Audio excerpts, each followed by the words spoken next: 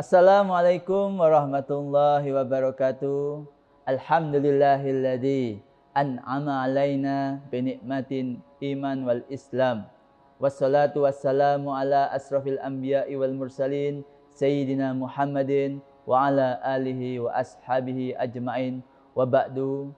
Pemirsa NTV yang dirahmati Allah, masih bersama kami PC MDS Rijalul Ansor Banyuwangi dalam rangka rubrik Kultum Ramadan bersama NTV. Pemirsa NTV yang budiman, Imam Ali bin Abi Thalib karramallahu wajhahu berkata, "Inna as'abal a'mali arba'u khisalin." Sesungguhnya ada 4 perkara yang paling sulit. 4 amalan yang paling sulit yang sulit dilakukan oleh manusia. Apa saja itu? Yang pertama adalah al-afu indal ghadab, yaitu memaafkan ketika marah. Setiap orang pasti memiliki batas kesabaran masing-masing. Terlebih ketika dizolimi atau diperlakukan buruk oleh orang. Maka manusiawi apabila kita dizolimi tentu akan memuncak emosi kita sehingga marah. Namun bagaimana sikap terhadap pelaku ini yang menentukan kita. Apakah kita balas perlakuan buruk itu? Apakah kita diamkan dan kita maafkan? Ini tergantung kita masing-masing. Nabi berpesan, la taghdab walakal jannah. Jangan kamu marah, maka bagimu surga. Dan Allah pun berfirman, wal kaziminal ghaidha wal afina 'anil nas. Wallahu yuhibbul muhsinin.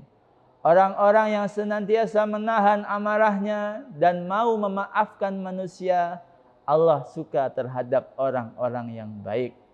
Maka bagi kita yang mau memaafkan akan dikelompokkan menjadi muhsinin, orang yang baik yang dicintai oleh Allah Subhanahu wa ta'ala.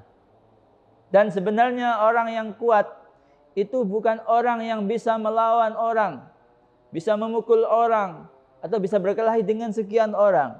Sesungguhnya orang yang kuat adalah orang yang bisa mengontrol emosinya sendiri.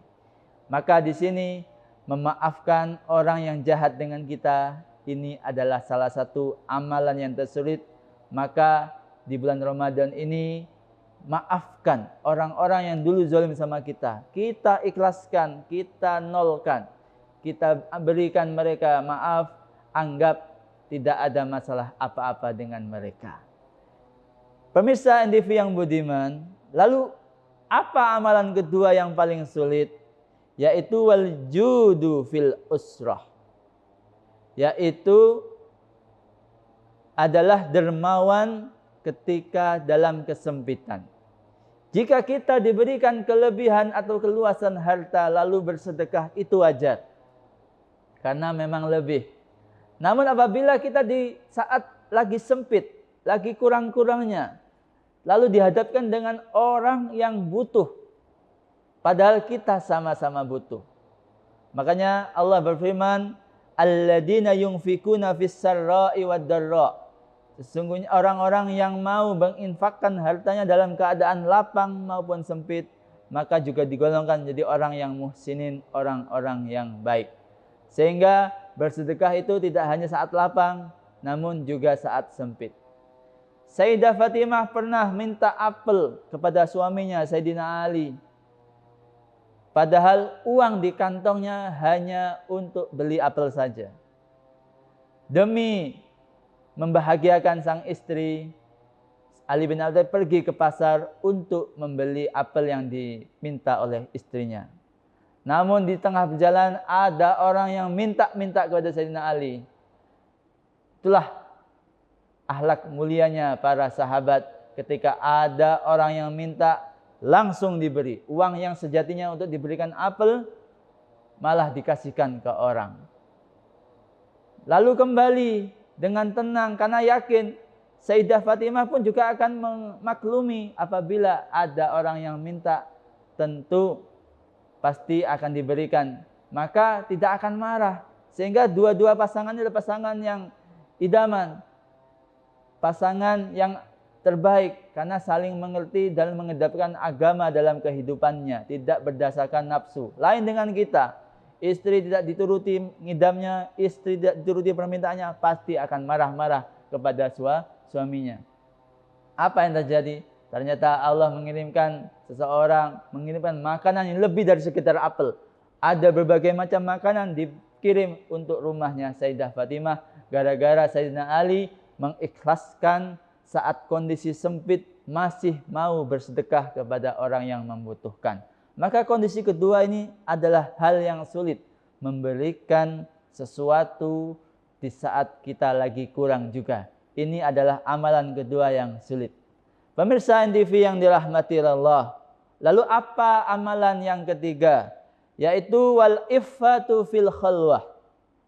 Yaitu tetap menjaga diri ketika dalam kesepian atau dalam sendirian. Maka amalan puasa ini adalah salah satu amalan yang tersulit karena tidak semua orang bisa mengawasi, bahkan orang tua sendiri pun tidak bisa mengawasi anaknya total dari pagi sampai terbenam matahari. Bisa jadi sang anak sebelum subuh ikut sahur, di sela-sela siang saat di kamar mandi bisa minum saat sendiri. Atau di kamarnya sudah menyimpan kue untuk dinikmati tanpa sepengetahuan orang tuanya. Maka amalan puasa yang menentukan adalah diri kita masing-masing. Saat puasa kita sendiri nggak ada orang yang tahu, masihkah kita mempertahankan puasa ini, menahan dari hal-hal yang tidak boleh dilakukan ketika puasa.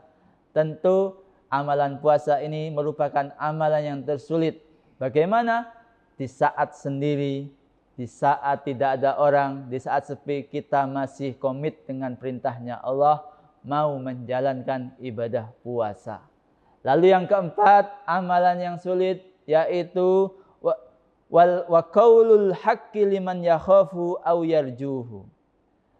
Tetap berkata benar, berkata jujur terhadap orang yang berada di atas kita, yang kita takut, yang kita memiliki minder terhadapnya. Atau kita ada tujuan dengan orang yang kita baiki itu. Contoh orang yang menjilat kepada atasannya dengan harapan mendapat sesuatu dari atasannya tersebut. Maka 1000 cara akan dilakukan, termasuk membohongi atasannya. Maka di sini amalan keempat ini sangatlah sulit.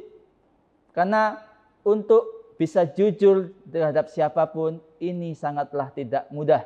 Maka Imam Ali menggambarkan amalan keempat ini, bicara jujur terhadap orang yang kita takuti dan orang yang kita harapkan manfaatnya adalah amalan yang tersulit. Hadirin pemirsa yang dirahmati Allah, alhamdulillah di bulan puasa ini mari kita optimalkan amal ibadah kita, terlebih dari amalan-amalan yang sulit tadi. Yang pertama adalah memaafkan orang yang berjahat kepada kita, lalu tetap senantiasa bersedekah meskipun dalam keadaan kurang, kita tetap komit untuk sedekah. Yang ketiga adalah menjaga diri di saat sepi atau sendiri, serta tetap berkata jujur terhadap siapapun tanpa mengharap pamrih apapun terhadap mereka. Demikian yang dapat kami sampaikan.